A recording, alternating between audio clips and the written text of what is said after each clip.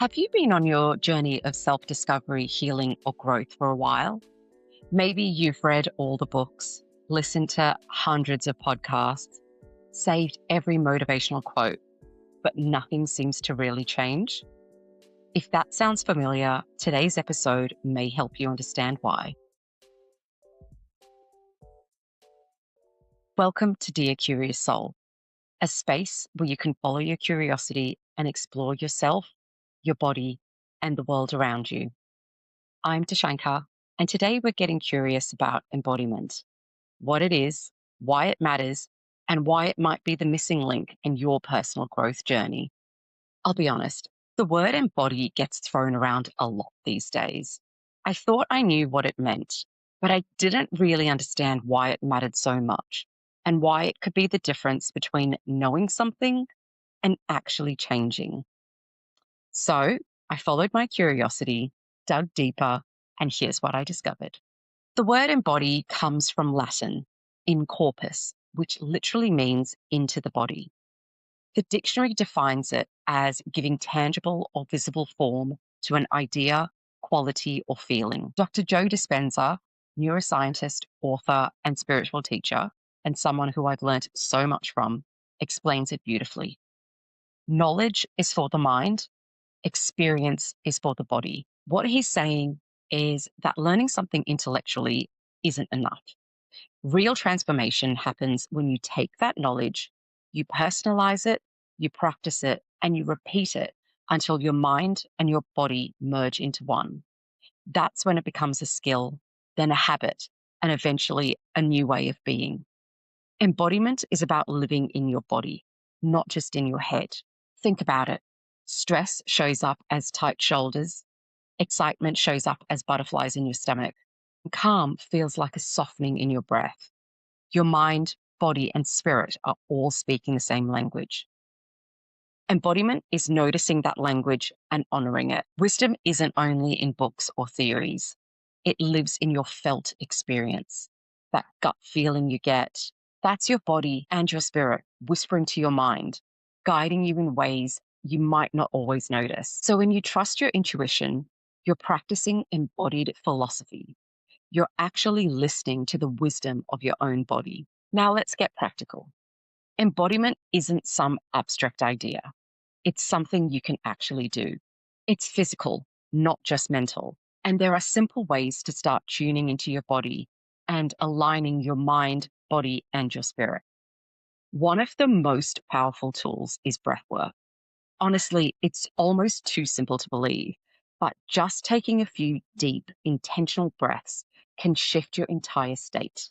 If you're feeling stressed, scattered, or stuck in your head, slowing down your breath is like sending a signal to your body that it's safe to relax. Then there's mindful movement. This could be yoga, tai chi, dancing, or even just walking, but really walking with awareness, feeling each step, noticing how your body moves, notice your muscles engage. It's not exercise for the sake of fitness. It's about reconnecting with your body and noticing how it feels to move. Another practice is somatic awareness. This is about checking in with your body, pausing for a moment to notice tension, warmth, heaviness, or relaxation. Your body is always giving you messages. Embodiment is about listening to them and honoring what you feel.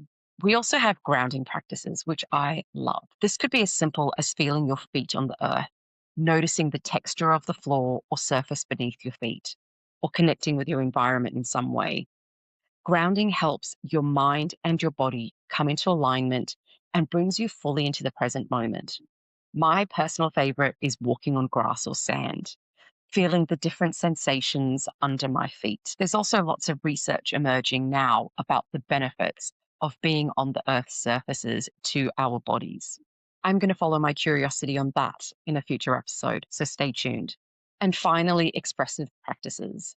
These are creative ways to let your body and your spirit speak. Journaling, singing, dancing, drawing, painting, anything that lets your inner experience flow outward.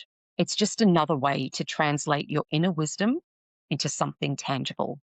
The beauty of these practices is that they're not complicated. You don't have to do all of them perfectly or even all at once. The point is to start noticing, moving, and listening, to practice living in your body, not just your head. That's what embodiment is really about. So, what makes embodiment the missing link in your journey, you may ask? Well, let's say you've read You Can Heal Your Life by Louise Hay, which I highly recommend, by the way. You uncover some of your old limiting beliefs. You start saying your affirmations to overcome those old, outdated beliefs. You're doing the work mentally, but still nothing seems to shift. The reason could be that these changes are happening in your mind, but not in your body. To truly embody a belief, your nervous system needs to feel it's safe and real. So, as an example, you may be saying the affirmation, I am worthy of love. Your mind may be saying, of course I am.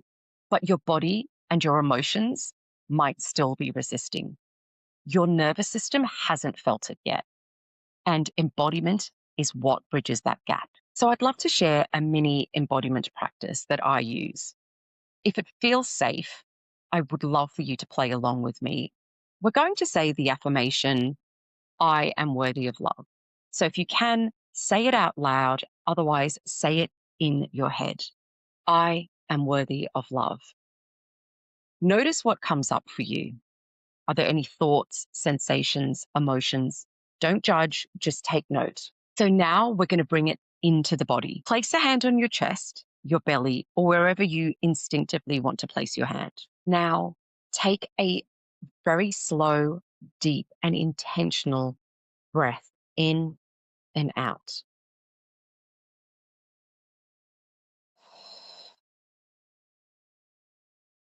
I am worthy of love.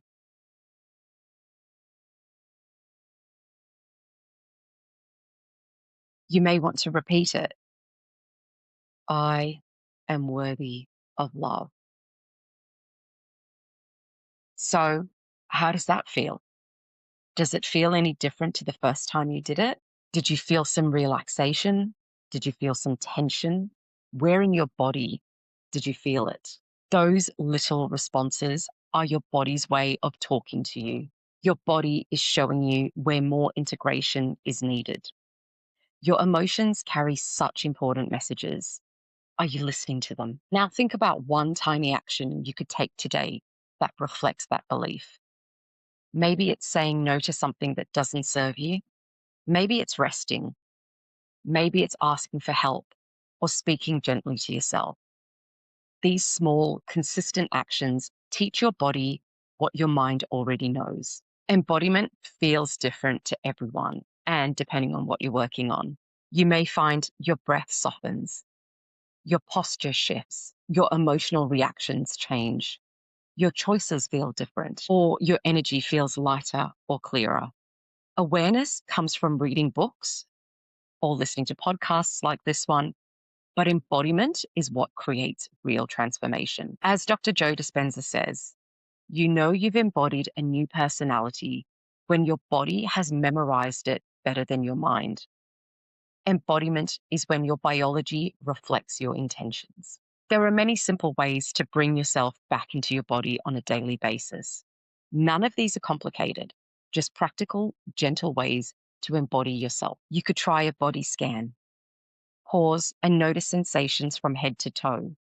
No need to fix anything, just notice. Conscious breathing is a great way to practice embodiment. Even one slow, intentional breath can shift your entire state. Let your belly soften and make your exhale a little longer than your inhale. Grounding through your senses is another way, which I love. You can look around and notice what you see, touch something nearby, listen for the quietest sound. It pulls you back into the present moment. And there's also intuitive movement, just stretching, swaying, shaking your hands. Let your body lead, not your mind. Mindful eating or drinking is also an embodiment practice.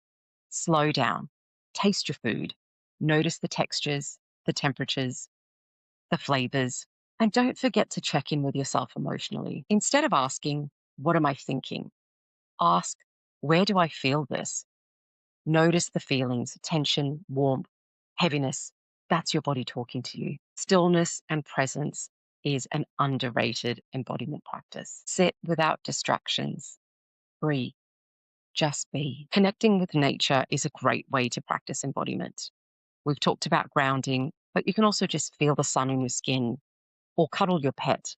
Nature regulates us naturally. And if you like to journal, here are some journal prompts for you. Why not start with my body feels and let your body speak to you? You can move through each part of your body.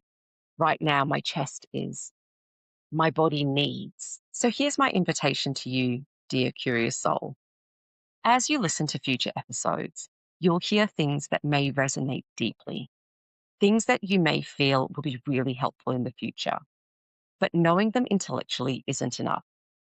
Get curious and ask yourself, how can I embody this? How can I give this idea tangible form in my everyday life? That's where real growth happens. A heartfelt thank you for listening with an open mind, a kind heart, and your dear, curious soul. And if you would like to support the podcast, please consider sharing this episode with someone who feels like the right person. It may be exactly what they need to hear at this moment on their path. Until next time, stay curious and keep exploring the whispers of your soul.